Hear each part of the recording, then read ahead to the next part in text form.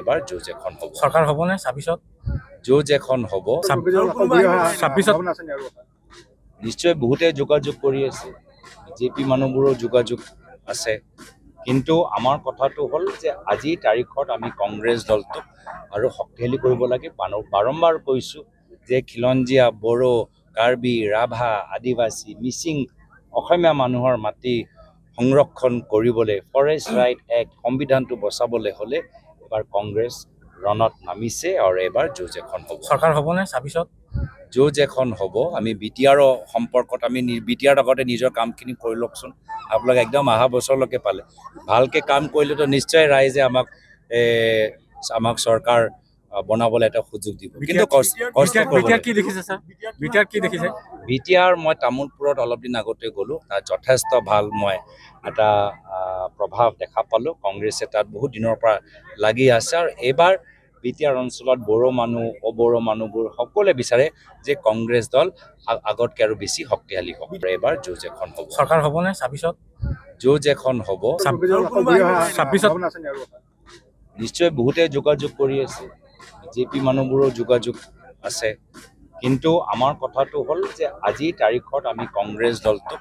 আৰু শক্তিশালী কৰিব লাগে বাৰম্বাৰ কৈছোঁ যে খিলঞ্জীয়া বড়ো কাৰ্বি ৰাভা আদিবাসী মিচিং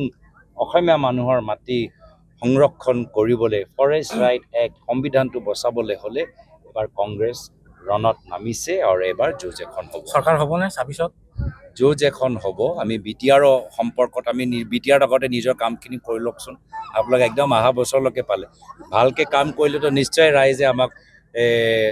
আমাক চৰকাৰ বনাবলৈ এটা সুযোগ দিব কিন্তু